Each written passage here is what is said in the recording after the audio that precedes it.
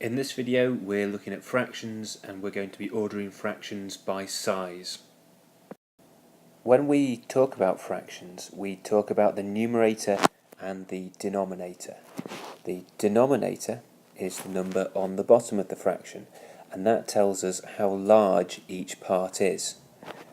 And the number on the top is the numerator, and that describes how many of the parts there are. In this example we have 3/4, and we can visualize what 3/4 looks like by splitting our object, in this case a pizza, first into 4 equal parts. So we've got our quarters. Now we take one away to give us 1, 2, 3/4.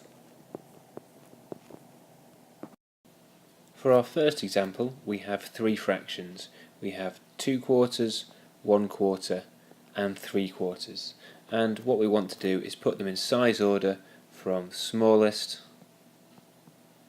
to largest.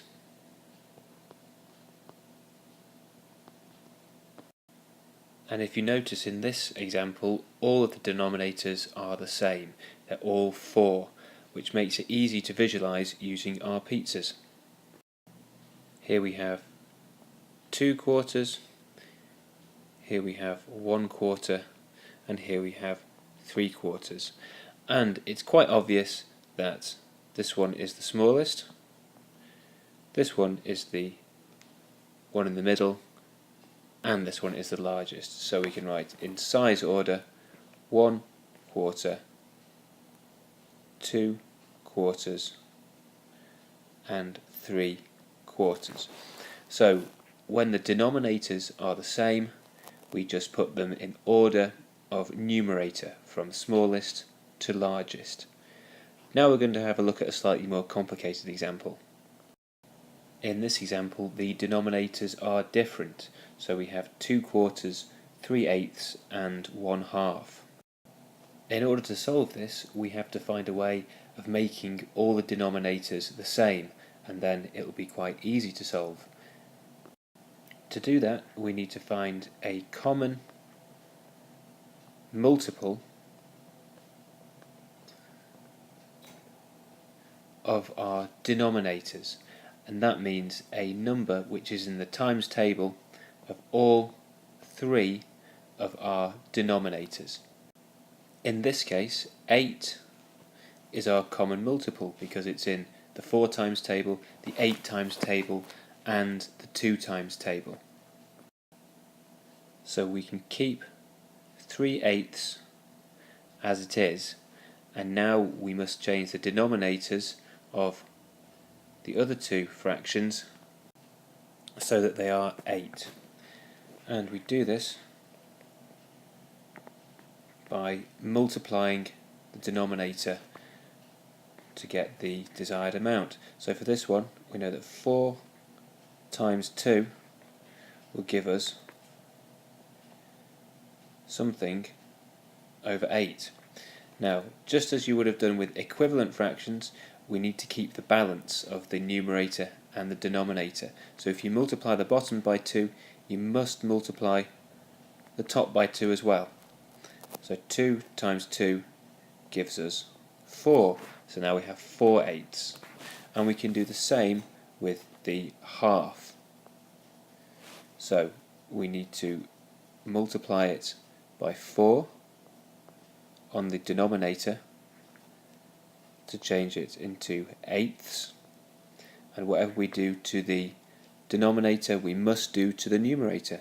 So we times that by 4 and then we get 4/8. And now it's just a case of comparing the numerators. So we can see that the smallest is 3/8, and if we look at the other 2, well, we can see that they are both 4/8, so they are in fact equivalent fractions. So if we're writing them from smallest to largest, we can write 3/8 here, and we know now that 2/4 and 1/2 are the same. So I'll write it like this. Here's an example for you to try. Put these in size order from smallest to largest. So first of all we have to find our common denominator, and I'm going to choose 20 because it's in the 5 times table, 10 times table and the 4 times table. So we'll start off with 3/5.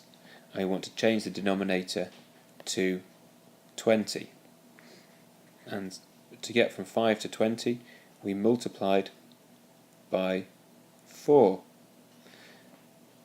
So whatever we do to the denominator we must do to the numerator, so we do 3 times 4, which gives us 12/20.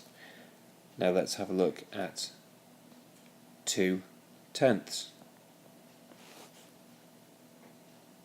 So again we want to change it into 20ths. This time we multiply by 2 and on the top as well, giving us 4/20. And finally we have 1/4. We multiply the denominator by 5 to give us our 20ths, and multiply the numerator by 5 to give us 5/20. So now we can look at the numerators to put them in size order. So you can see the smallest is 4/20. So that means our original fraction of 2/10 is the smallest. Next we can see that 5/20 is the next largest.